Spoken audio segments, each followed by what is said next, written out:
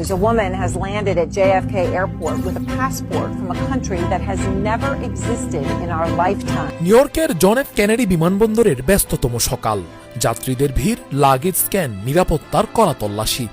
ঠিক তখনই ঘটল এক অভূতপূর্ব ঘটনা। একজন নারী বয়স ৩০-এর কোঠায় আত্মবিশ্বাসী কণ্ঠে ইমিগ্রেশন ডেস্কে দাঁড়িয়ে বললেন, আমি এসেছি টরেনজো নামের দেশ থেকে, আমি 2147 সালের মানুষ। কর্মকর্তারা প্রথমে ভেবেছিলেন হয়তো মানসিক ভারসাম্য হারানো কেউ, কিন্তু কয়েক মুহূর্ত পরই অবাক হয়ে যান সবাই। নারীর হাতে থাকা পাসপোর্টটি আসল স্ক্যান কোড ও হোলোগ্রাম সহ তৈরি, যেন কোনো রাষ্ট্রের সরকারি কাগজ। পাসপোর্টে স্পষ্ট লেখা রিপাবলিক অফ টরেনজা। আরও বিস্ময়কর বিষয় হল, ওই পাসপোর্টে স্ট্যাম্প মারা রয়েছে এমন কিছু দেশের নাম যেগুলোর অস্তিত্বই পৃথিবীর কোনো মানচিত্রে নেই। ওয়ালটন এখন দেশের সীমানা পেরিয়ে পৌঁছে গিয়েছে 50টিরও বেশি দেশে। ওয়ালটন, ঘরে ঘরে, বিশ্বজুড়ে। তিনি আরও বলেন, তোমরা জানো না কি আসছে, সময় ভেঙে পড়ছে, তোমরা প্রস্তুতি নাও। এই কথা বলেই তিনি জনসম্মুখ থেকে অদৃশ্য হয়ে যান। বিমানবন্দর মুহূর্তেই আতঙ্কে ভরে যায়। কেউ বলে ভবিষ্যতের টাইম ট্রাভেলার, কেউ বলে অন্য ডাইমেনশন থেকে আগত। নিউইয়র্কের জন এফ কেনেডি বিমানবন্দরে অস্তিত্বহীন এক দেশের পাসপোর্টধারী নারী এমন এক ভিডিও সম্প্রতি ভাইরাল হয়েছে সামাজিক যোগাযোগ মাধ্যমে। ভিডিওতে দেখা যায় এই নারী নিরাপত্তা চেক পার হচ্ছেন এবং নিজেকে টরেনজো নামের ভবিষ্যতের এক দেশের নাগরিক দাবি করছেন। টিকটক ও এক্সে প্রকাশিত ভিডিওটি কয়েক ঘন্টার মধ্যেই ছড়িয়ে পড়ে লাখো দর্শকের মাঝে। তৈরি হয় চাঞ্চল্য। তবে তদন্তে বেরিয়ে এসেছে এক ভিন্ন বাস্তবতা। গলফ নিউজ জানিয়েছে ভিডিওটি পুরোপুরি এআই জেনারেটেড, যার কোনো বাস্তব ভিত্তি নেই। জেএফকে কর্তৃপক্ষ কিংবা মার্কিন ইমিগ্রেশন দপ্তরের নথিতে এমন কোনো ঘটনার অস্তিত্ব মেলেনি।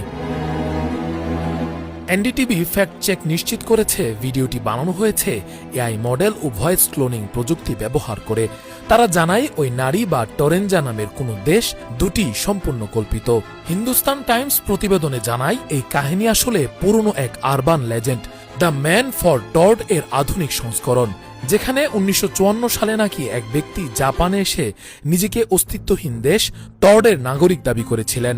তদন্তে আরও জানা যায় ভিডিওটি তৈরি করেছে একদল কন্টেন্ট নির্মাতা, যারা এআই মিস্ট্রি সিরিজ নামে ইউটিউবে বিভিন্ন কল্পিত রহস্য নির্ভর ভিডিও প্রকাশ করে। তারা ব্যবহার করেছে generative AI tools, voice synthesis এবং ডিজিটাল কম্পোজিটিং, যার ফলে ভিডিওটি বাস্তব মনে হলেও তা সম্পূর্ণ কৃত্রিম। জিএফকে বিমানবন্দরের কর্তৃপক্ষ স্পষ্ট জানিয়েছে ওই তারিখে এমন কোনো যাত্রী বা ঘটনা ঘটেনি, সব কার্যক্রম ছিল স্বাভাবিক। মানুষ এই ভিডিওটি বিশ্বাস করেছে মূলত তিনটি কারণে। প্রথমত, আধুনিক এআই প্রযুক্তি এখন এত বাস্তবসম্মত ভিডিও তৈরি করতে পারে যে সাধারণ দর্শকের পক্ষে তা ভুয়া বোঝা কঠিন। দ্বিতীয়ত, ভবিষ্যৎ থেকে আগত মানুষ এমন কল্পনা সবসময় রহস্যময় এবং আকর্ষণীয় হয়ে থাকে।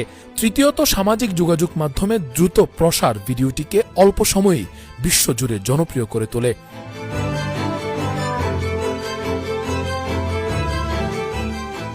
সবশেষে বলা যায়, নিউইয়র্কের তথাকথিত টরেনজো নারী বাস্তবে নেই।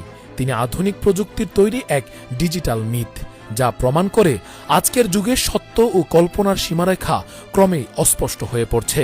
তবে এই ঘটনার জনপ্রিয়তা দেখিয়ে দেয় মানুষ এখনও অজানার প্রতি আকৃষ্ট, রহস্য আর ভবিষ্যতের গল্পের প্রতি মুগ্ধ, আর সেখানেই লুকিয়ে আছে এই সময়ের নতুন বাস্তবতা।